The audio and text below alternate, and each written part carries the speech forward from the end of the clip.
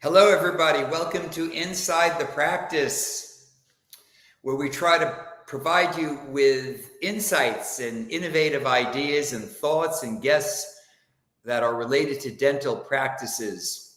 Since dental practices are most of our life, we want to find subjects that you'll find interesting. We have somebody today who we actually know very well, Mr. Tom Burton.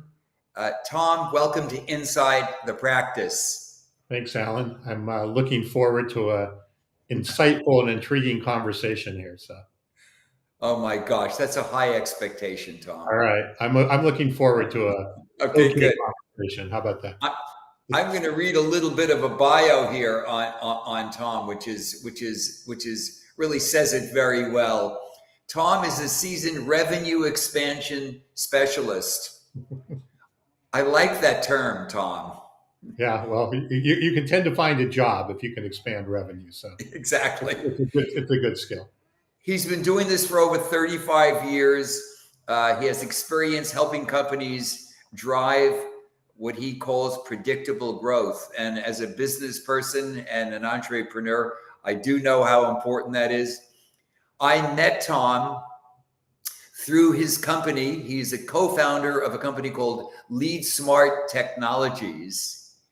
And he is actually, for full transparency, we are a client of LeadSmart. We use his software, his CRM software, which we love. And since we know the co-founder of the company, we have somebody we can complain to and get help from in the rare cases that happens. But we're very happy with the product. Tom empowers sales and marketing teams to align with the modern buyer journey through innovative strategies and technology. He's worked with Fortune 500 companies, startups, and everything in between. And he's always focused on simplifying complexity and creating standout customer experiences. And Tom, I know that this is true because of conversations we've had, and in particular, from reading your book, which I was very impressed with from the time I heard about it, and then when I read it, I said, this is very, very good. The book is called Revenue Zone. I highly recommend it. So Tom, again, welcome. How did you get here? How did you start to develop what you did? And give us a little bit of the journey to where you are. I'm an engineer by education, right? I have a degree in computer science and studied engineering in college, and kind of moved my way into the business area. And people have said often who've read the book, they're like, you tried to put a little bit of an engineering approach to the sales and revenue growth process. And the reason I did that is, you said predictable earlier. I was in a board meeting with our company, and I got these questions were being asked of me by our board about my confidence in our sales forecasts and our business forecasts.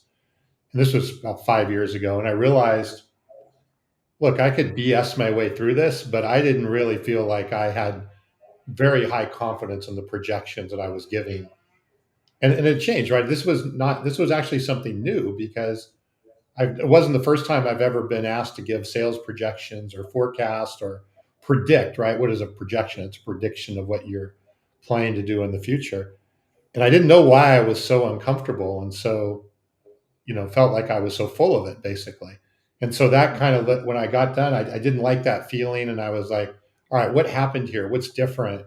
Kind of took me down a rabbit hole, and a lot of the research I did. And then that ended up kind of coming together in the Revenue Zone book. But it came together because of my own sort of personal situation that I had that, and then let's face it, as you said earlier, Alan, I think as business owners, doesn't matter how big or small your business is, you obviously have to predict and project and look at those things, or, you can't plan. How can you plan without some level of prediction and confidence in those predictions? So that's where it came from. That's very good. That's very good. Very, very interesting. I'm interested in talking about revenue zone, if you don't mind. Sure.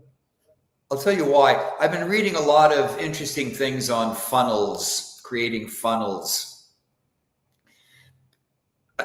It's not a recent buzzword. It's been around for a while, but there's a lot of talk about it, and you hear about it all the time, Tom, when you read about successful individuals. They're always talking about their funnels and how you create these. Whether you're a dental practice and you're promoting as a specialist, let's say an oral surgeon, because we deal with so many of them, and they're trying to create a funnel to their referral base, their GPs.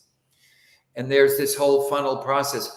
And, I was thinking about revenue zone when I was reading something quite recently about funnels. Have you thought about this? Were you thinking about that when you were developing revenue zone? Yeah, I think that's chapter 3 of the revenue zone is basically my premise that the traditional sales funnel is dead. Yeah. And the reason is, right, is the sales funnel, the traditional sales funnel that usually revolves around what we want as the seller and does not take into account generally what the buyer wants as the buyer.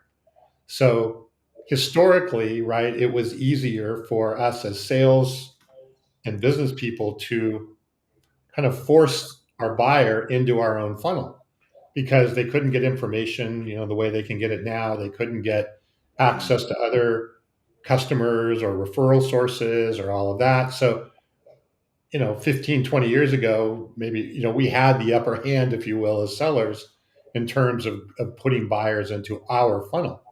But now it's the opposite, right? The buyer is in control, whether it's a partnership relationship or a B2B, like you said, an oral surgeon building relationships with a practice or whatever the case may be, right? That you have to look at who is your buyer, what is it that they care about, and how do they go through the process of making a decision, whatever that decision may be. And you have to look at it through that lens. And then if you understand that, maybe you can understand that your actions now you can now align your actions to that buyer journey versus trying to shove them into a funnel. The other thing I don't like about funnels, right, is the whole premise of a funnel is it starts with a lot and then you squeeze it down to a little. Yeah. And if you reverse that and you look at it from the buyer journey, you don't have to keep looking at it like, well, I'm squeezing things down. What you can look at is how do I put a broader net out there, attract more of these buyers, and then help those buyers through the journey. And you don't have to squeeze it down so much if you're providing that. So there's a few things about the traditional funnel that I talk a lot about in the book that I think is like everyone says things are dead. I think it's outdated and really doesn't align to the modern buyer and modern business structure. Yeah. Interesting. Interesting what you're saying about how it's a buyer's market right now. I guess we can attribute a great deal of that to things like Amazon and social media. Mm-hmm. You have so many more people who have become sellers. All of a sudden, you have thousands and thousands of individuals now who are selling products. Yeah. Whereas before, the choices were so limited, and that dynamic has changed completely. I have not thought about that until you mentioned it. Well, and yeah, you have a lot of sellers, you have a lot of noise, right? So from the buyer perspective, and think about how you buy, think about how we buy as buyers, even as consumers. There's so much noise. We want to get the noise away, and we tend to push away the noise or gravitate toward the things that we're really interested in and that we really care about. Yet there's still a tremendous amount of noise out there related to marketing and sales. So we have to cut through that noise as sellers and as business people and kind of, or maybe elevate above the noise, if you will, because you're right. There's just so many more, not only more businesses and sellers out there, but so many more channels for them to push that noise through. Yeah, I get it. I get it. How, tell us a little bit. What resonated with me, Tom, about Revenue Zone was how well you categorized the various stages or levels that you take people through into making them your qualified buyer, that individual who's really ready to be sold. I know from all kinds of sales books that I've read and training that I've had that the fastest way to lose a customer is going for the close prematurely. And I thought about, while I was reading your whole methodology in Revenue Zone, I'd like you to speak to that a little bit more. It's just a very, very fascinating method. Sure. Well, what is the revenue zone, right? What does that mean? At least from the book, it means you have a prospect who is seriously considering doing business with you. Right? It doesn't mean they've signed. It doesn't mean they're a customer, but they're at a point where they're seriously considering doing business with you. If you look at forecasting, right, going back to that, we want to put companies on our forecasts that are seriously considering doing business with us. And if they are, then we have a high probability, or much higher probability, of either them making a decision with us or not doing a no decision, right? Because a no decision is as bad as a loss. It's still, either way, you didn't get the deal. So the question becomes, all right, so what is a prospect, in order for them to be willing to do business, what does that mean for your company? So I tried to simplify this, and I said, and this came from quite a bit of research, not only in our own company, but talking to other business owners. And what I recognized was prospects generally need to have a few things. They need to understand, need to understand what you do and why it matters, right, to them.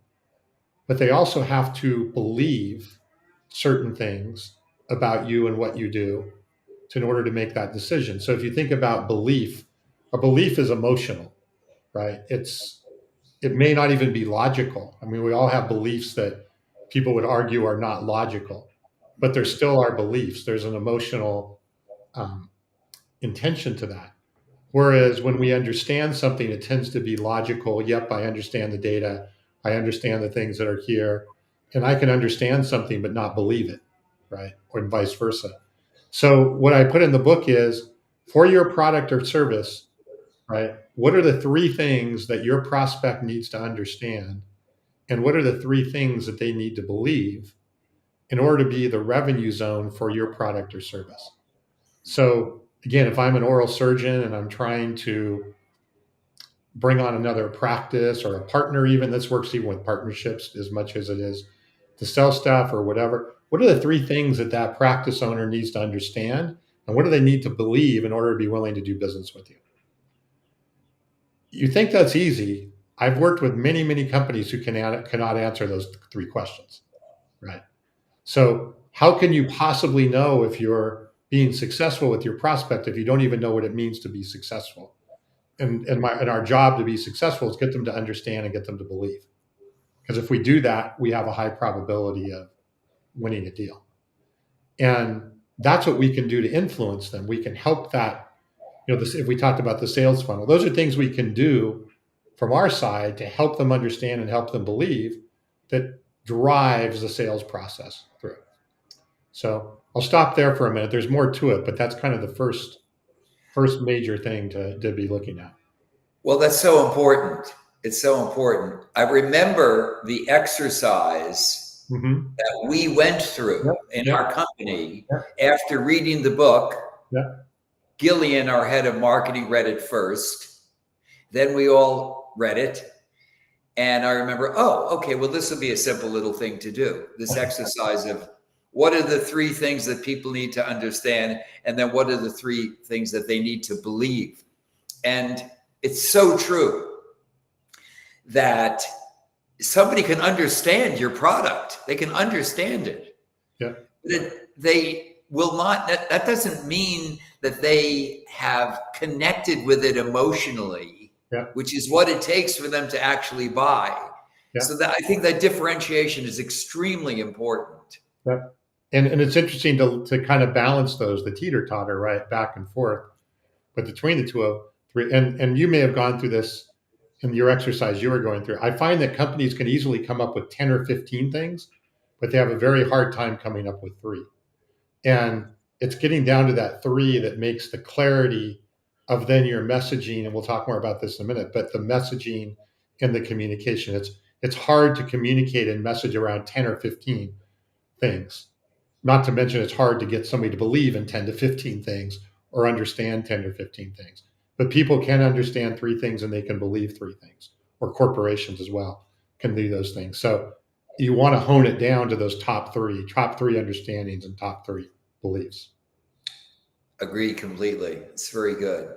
Really. It just, it gives you such focus. I do a lot of seminars with our market, which is doctors, of course, on selling, how to sell treatment. Many of our clients sell elective treatment, especially in the oral surgery market. Sure. And they're large expenditures. These are big elective expenditures. Yeah. And I talk about going from need to want. Mm-hmm. And I think about this in terms of understanding and belief. Mm-hmm.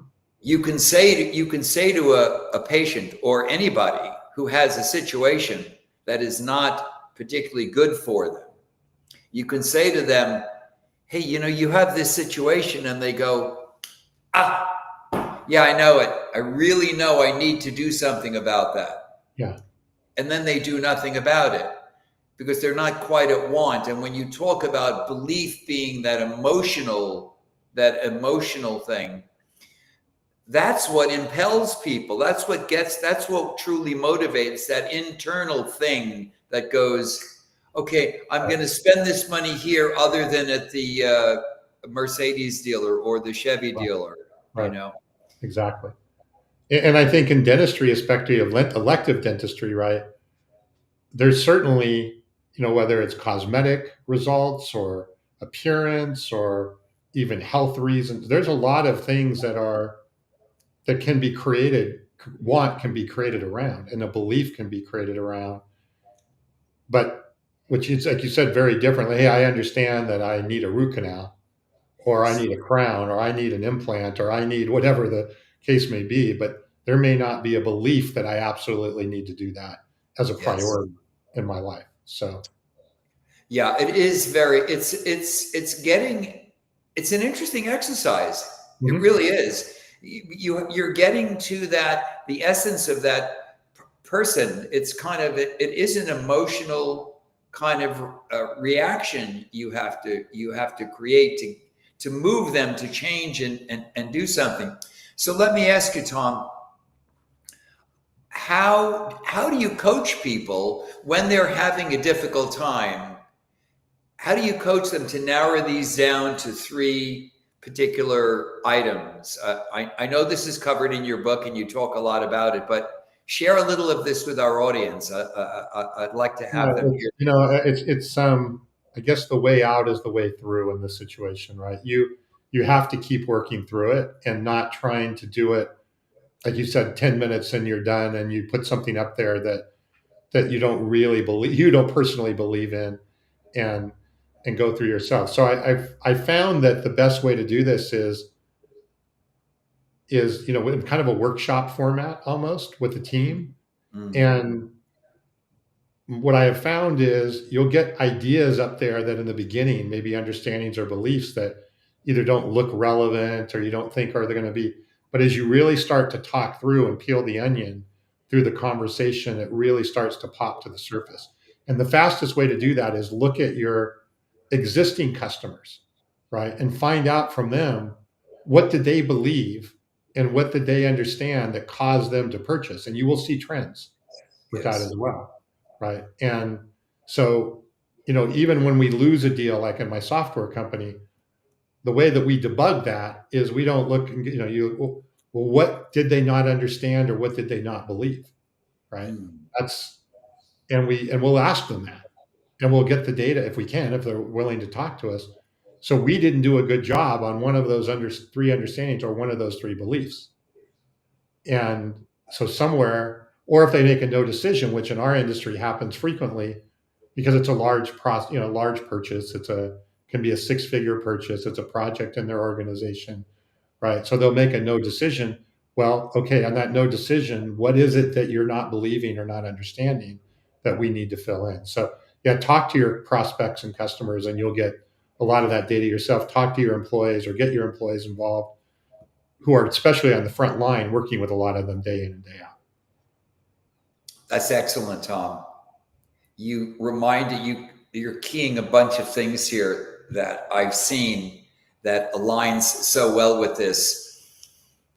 We have a process where when somebody sends a new patient in, hey, where'd you come from? Who sent you here? And they go, oh, my Aunt Mary sent me in, or Dr. So-and-so sent me. Mm-hmm. And we always say, always follow up and ask them, oh, what is it? What did they tell you that got you to come into our office? Or what did they say that got you to pick up the phone? And it's very, very telling. You've just reminded me that is something that needs to be tracked very, very carefully.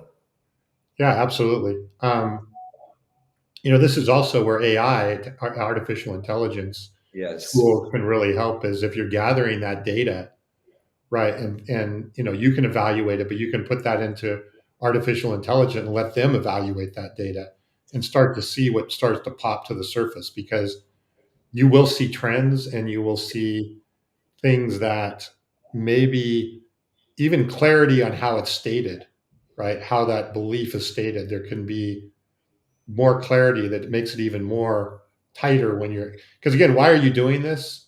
Right? Mhm. The reason we're doing this, and this, I think you redid your whole website, if I remember correctly, to align towards those three beliefs and three understandings. And then what is we call it the yellow brick road, but what is the content and materials that we need to provide to help them get to that understanding and those beliefs? Right. Yes. And so we start aligning our messaging and our communication to those things. So taking the time to get them so that we feel like they're as bulletproof as humanly possible Yeah. is a time well spent. Otherwise, we can dilute our messaging and everything that we're doing going forward to drive them to that level. Yes. Yes. Very good, Tom.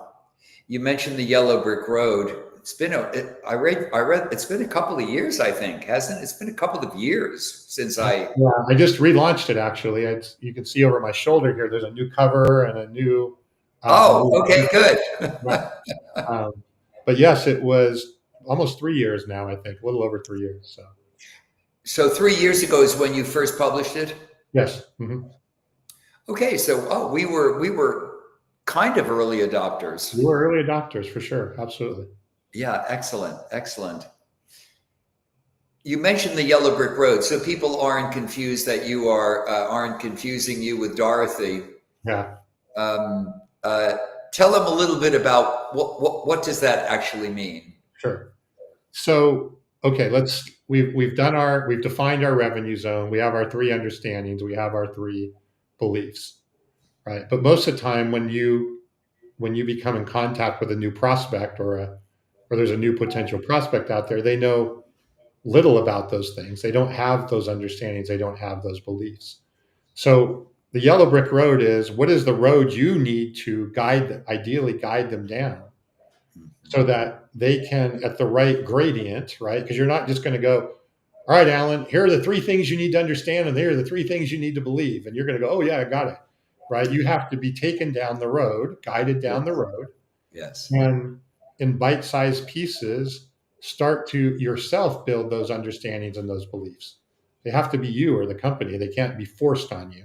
They have Yes. to be evolved and taken. So the yellow brick road is, identifying now, okay, what's the road that we would ideally want to guide a prospect down through our content, through our, I mean, it could be, I mean, most like a software company, right? As an example, Okay. typical sales cycle in a software company is I do a discovery call, so I understand what you're doing. I do a demo. I give you a proposal. Well, that's my sales funnel, right? But if I really understand how you evaluate software and what you look at, you may be going, well, that was a great demo, but I don't know, how am I going to get all my people to use this or be excited about using this software? We have non-technical people in our company. Well, I have to take that into account in the yellow brick road to make sure that I'm feeding you the right information, the right insights, the right data, even the referrals I may give you. All of that should align towards marching you up that yellow brick road to the point where you get 3 understandings and 3 beliefs. And we break the road up into 5 milestones. So we don't just go from 0 to, we said, okay, what are some milestones along the way on that journey, on that yellow brick road, that we want to see achieved, because then we know we're making progress along the way, right? And we do it in bite-sized chunks. And this is an interesting side effect. You hear a lot. One of the biggest things sellers hate, right, is you get somebody on the phone and then it's called ghosting, right? You never hear from them again, or they Yes. stop calling you or whatever. That's the worst thing that we hate as business owners. And It's the worst. It's the yeah, worst. right. I- And what we've learned is that when you start employing this yellow brick road, they may or may not agree with everything, or but they don't ghost you, and they keep the conversation going, and it gives you an opportunity to so maybe they veer off the yellow brick road a little bit. You can bring them back on and keep them going, and continue to build the relationship, which is really what we want, right? We want the opportunity to have the relationship. So, Yeah. um, whereas, why do you get ghosted, right? Sellers or buyers think they're getting sold. They think they're getting pushed. They think they're getting coerced. They think they're getting all these things that we don't like as buyers. And so they just blow you off. And but when you do it the right way, you build that relationship. And even if they don't move forward, they'll communicate to you, and they won't ghost you, which is a big side effect that we've seen. Well, it's also, I agree with you completely. It's also very key to having them as they're still there as potential market and Right. customers for Right. you because they're communicating. Well, And we've even had prospects that for whatever reason, they lost their budget, they didn't do anything, they didn't buy, yeah, but they told somebody else. So then they became a referral or an advocate for you because of the experience that they went through, yes, versus the fact that, so the experience is the key part of that. Anyway, sorry. yes, yeah, yeah. I really like this. The it sounds, Tom, like when you're going through the various levels on the yellow brick road, let's say somebody is at the first or second level, they're not necessarily moving up, but they still are managing to communicate with you. And it sounds like the key to this is that there's still a common, you're still, something you're saying is still resonating with them. There's Mhm. a certain reality at their level Mhm. that is keeping them there. Yeah, Is absolutely. that a good way to describe it? No, absolutely. I mean, look, you cannot force the buyer to do something, but you can influence and guide the buyer to do Mm, something. And I mean, you've probably bought, whether it's a car or an appliance or some large purchase, right? You want guidance, you want assistance, you welcome that if it's high quality. What yes, you don't want is a phone call. I'm just following up. Are you ready to buy? Right? mhm, That's not adding any value to them. yes, So if you're looking though, but you don't want to sever a relationship generally with somebody that you are getting value from, yeah, and that you respect. And even if you decide not to make that major purchase, you still respected the experience and the person. And if you were to then make that purchase, you would go back to that. Like I bought a car, an Acura, 3 years ago. I thought they did a remarkable. In fact, I talk about it in the book. I thought they did a remarkable job of being a consultative guide And if I were to go buy a car then or go look for a car again, I would go back and try and find the same guy if I could, right? To go through it again because I want that same experience that's Yeah. coming. And that when you start to see those evidence of those things, you know you're doing it, you're on the right track. Yes, that's very good. Well, yeah, I classify this as consultative in a very, very broad sense. This is truly consultative Yes. sales. Yes. It's really what it is, which I'm a very, very big fan of. And it is, in fact, what we do, what I've been doing. And by creating the yellow brick road, right, it allows you to do that consultative sale more at scale. It allows your team and your sales, your members to be able to do things consistently. It allows your marketing people to align to it. You always see there's some super salespeople that just naturally do consultative sales and the rest of them don't. But the whole Yes. goal is to get the organization doing that consultative from the marketing side as well as the sales side all the way across. So you have consistency on how the business is doing that. Yeah, very good. Very good. Tom, talk a little about, you mentioned it earlier. I'm very interested in aligning messaging, because it's your messaging that is going to create that level of common reality that you can maintain with that individual, with that customer or that prospect. Talk a little about that if you could, please. Well, traditionally, my business messaging tends to evolve around what I do, like who am I and what do I sell, right? That tends to be the messaging, and then the call to action is buy my stuff, right? That's the That's that. historical In marketing. simple terms. Right. What I was saying, calling noise earlier, right? That is noise to, is why we don't listen to the traditional commercials and all that stuff because we don't need that noise. So it requires you to think about your marketing messaging very different from, hey, look at me and buy my stuff and look at my product, to what is it that the buyer again cares about? What are the problems or challenges that the buyer is going through? Why are they considering a product or service like this to begin with? Why would they care about that? What are their, and one of the biggest things buyers now have, and I think this would be true certainly in the dental industry, is fear of messing up, right? It's not fear of messing out, it's fear of messing up. What if I make a wrong decision? What if this was a bad choice?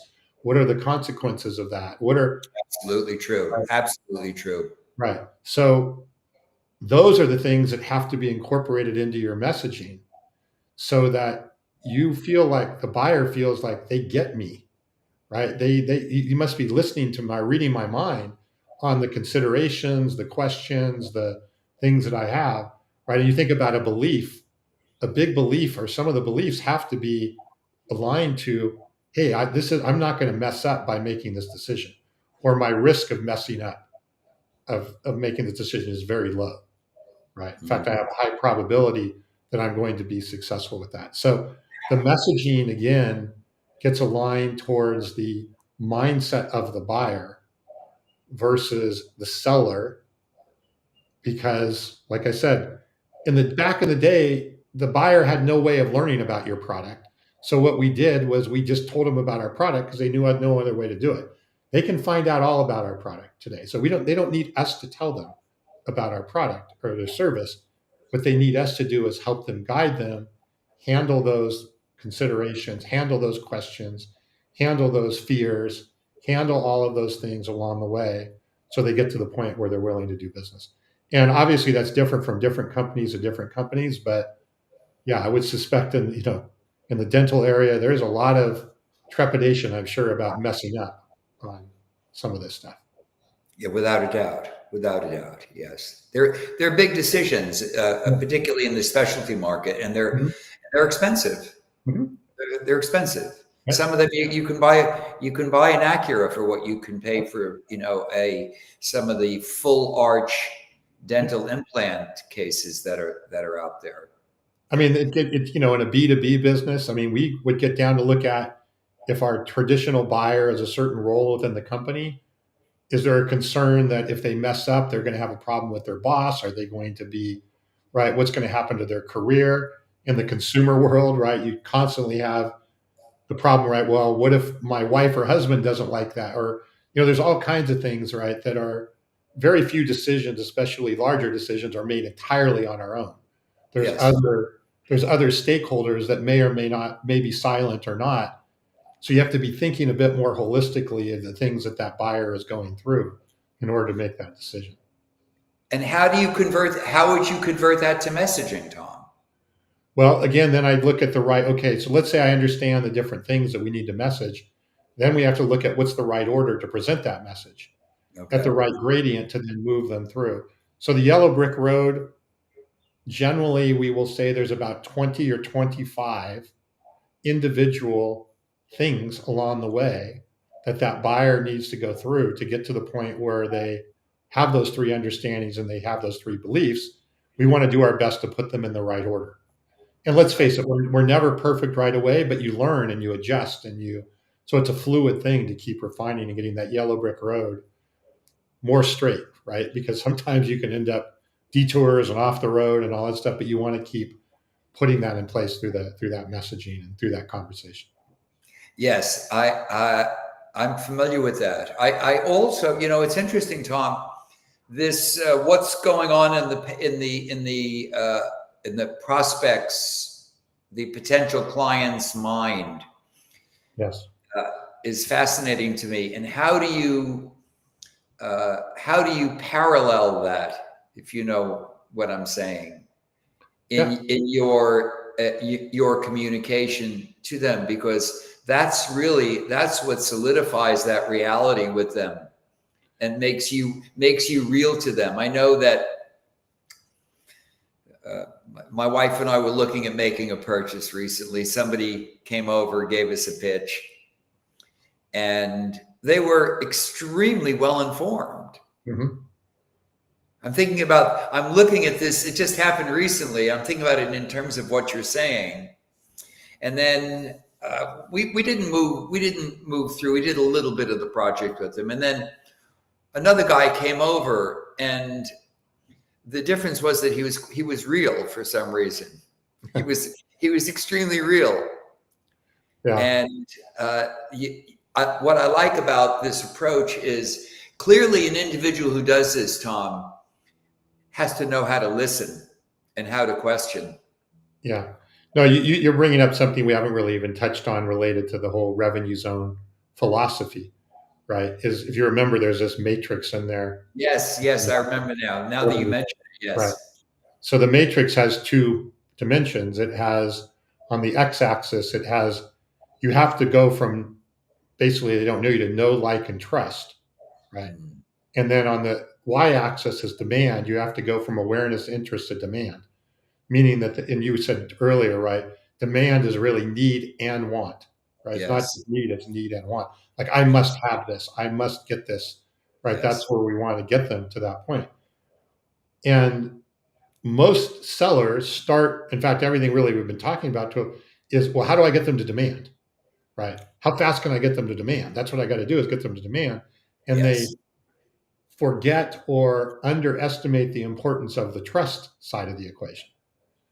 What Mm, I have learned, and even more so, and I'm seeing this all the time, I have my own podcast for my other business. We do another show and things along those lines. And a lot of our prospects, in fact, I would say the majority of our prospects come to us because they had heard us on the podcast and mm, they have trust us, mm. right? And we've earned the right to create demand for them. So what I'm finding is that if you can move along that x-axis and build that know, like, trust early, then you earn the right to be able to move them up the y-axis of building the demand along Yes, the way. And maybe what happened in your situation is the second person, for whatever reason, built more trust. You felt maybe his product was better or worse or the same or whatever, but again, you felt, and let's go back to beliefs, right? And fear of messing up and all of that. You're going to feel better with somebody that you have some affinity for and some trust for than somebody who maybe has a great product, but you're not 100% in alignment there. And let's face it, it's just the world we live in. It's how we operate. So, yes. Yes. Yeah. Very, very, very true. Yeah. Somebody taught me a long time ago the difference between pitching, which nobody likes. Yep. Nobody likes to get a pitch. Well, People love to be engaged. They yeah. love to be engaged in a conversation. So we always preach, and I'm sure you must do this. You must teach this too. We talk about you have to get the person communicating so you get that understanding, and you have to listen to them, and you do that by asking lots of open-ended questions. Yep. But again, you have to know the road that you're trying to move them down. Yes. And even if you only move one brick at a time, we call the yellow brick road, that's okay. Yeah. Right? Don't try and rush and go from 0 to brick 25 in one conversation. Some people will move faster, some will move slower. But again, you're aware, you're cognizant of the things that are likely taking place as they move from the. So it's just knowing your buyer and knowing the way that they think and the things that are there. And those questions can help flesh out some of those even a bit more, right? Yes. As you're going through it. Yes. I realize, Tom, as you're talking, that I'm truly a sales nerd. I love diving into these technicalities and how individuals like yourself. I mean, this is really brilliant what you've done. I really do think it's brilliant, and it's fascinating looking at these nuances that are not minor. They're not minor. They're not dismissible, because these little nuances, you change these in how you present to individuals, and it can have a miraculous effect. And you hear, I mean, look, we all in our life are salespeople to some degree or another, right? We're selling our family, we're selling our kids, whatever the case may be. But I think there's been a little bit of in the sales world in particular, we have to build relationship, which I completely agree with. But I think what's been forgotten is you also have a job of creating that demand. Yes. Right? And so it's great to build the trust, but at some point you're going to have to start creating demand. Otherwise, you're just a friend. Okay, you're not. Yeah. And so, if you're trying to build a business relationship with that person, Yeah. then you need to be thinking about, again, how do you navigate through that revenue zone matrix? Is, okay, I'm building trust, but I'm also building demand at the same time. And Yes. very few, I see salespeople saying, well, I'm very consultative. Well, or I'm very friendly, or I'm good at building relationships, but they don't do a very good job at all. In fact, they're almost afraid to create demand. And if you really understand, though, your product or your service and you know the value of it, you're not going to be afraid to create demand, but you're not pitching, to your point. Exactly. You're not trying to sell them something. You're trying to guide them to the point where they can then make this decision to buy something, right? Exactly. And people love to buy, but they hate to be sold. So help them buy and don't sell. Yeah, exactly. Great way to say it. Tom, this is terrific. You've kind of rekindled my enjoyment of what you produced in this book. I'm gonna read it again. Okay. I'll read the new version. Is it an updated version? There's slight edits in there. Yeah, there's some slight edits. It's not major, so Okay. But there's some slight edits of a few things here and there. And I think I'm going to, with the whole world of AI that's coming around, I think I'm going to need another version here in another year or so, but that's okay. Yeah, that's okay. That's okay. The book for everybody listening is The Revenue Zone by Tom Burton. I know. I think I bought it on Amazon. Yeah, it's on Amazon. There's an audio book and a paperback, and I think there's even a hardback now, if I'm not mistaken. So, yeah, Amazon, it's out there. And then there's we have a website called therevenuezone.com, and it has some tools and workbooks and other things you can use as you're going through the book. So, yes, excellent. Great resources. As somebody who has been selling, as I have, most of my life, No matter where I was, Tom, whatever company I was in, whatever job I had, I always ended up as the salesperson. Mm-hmm.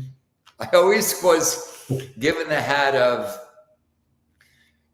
rainmaker somehow. And there were so many times when I tried to get out of it and it never worked. I'd always end up back in that position. Yeah, I know. I think we all get kind of. I must be at least okay at it. But this is so for somebody like myself who really is passionate about sales and loves the area. This is a must read. The Revenue Zone. The Revenue Zone. Yeah, and I would say even if you're a business owner or you're a practice owner, right? Yes. I mean, we're all look. Practice owners are business people too, Yes. whether they like it or not. They're a business. They And are. I think just this isn't just for a salesperson. This is for how do you expand your business? How do you have more predictable forecasting and projections for your business, which any business person has to care about, right? It doesn't matter what you do. So absolutely, absolutely. It's a basic thing, and every business owner really, as you say, needs to understand if they don't know how to sell, right. Their company is going to reflect that in some form or another. And if they don't like the word sell, then just say you have to know how to get customers, right? Yes, exactly. You won't have a business for very long if you don't get customers. So. Yes, I think they're over that taboo in medicine now because there's so many electives out there. There's so many things that people have to pay for. They recognize. Tom, what I tell audiences all the time is, your competition is not the fact that a huge corporate entity just opened up a practice down the street. That's not your competition. And then the reason for that, of course, is that there are so many people, half the population doesn't get the care that they need. So that's not the issue. The competition is down the street. It's Nordstrom's, Walmart, Costco. That's the competition. Yep. And they are selling, man, all day long. Yep. And so you're part of that. Look, we're getting bombarded with thousands of messages every day, right? Every day. We choose to determine which ones we care about. So, yes. And I like about this because it's more purpose driven. It's more about the customer and the individual that you're trying to help. And I think that's a great purpose. Tom, where can those who would like to contact you and would like to pick some of that wisdom from you, how do they get a hold of you? How do they find you? LinkedIn's probably the best. My LinkedIn ID is tburton5350. So if you search for Tom Burton, there's a few Tom Burtons out there, but mine's tburton5350, and just reach out on LinkedIn. That's the best way. Excellent. Yes, we'll display that on the show. Okay. Yeah. Tom, this has been terrific having you here. It's so nice to connect. It's been a while, and I'm very happy to talk to you and love what you have to say. Yeah, no, we'd love to do another one. If we need to do a part 2 sometime, that would be great. We could do numerous episodes on this. Yeah. There's so much to it. Yeah. Well, thanks Tom, again. Really appreciate it. My pleasure. My pleasure. I know you have a hard stop. We'll let you go, and great to have you. Thank you, everybody who is watching this. This is Inside the Practice. I'm Alan Hollander. I'm the CEO of ePractice Manager. Watch us again in 2 weeks. We'll have another podcast. You'll be notified about it, and love to see you there.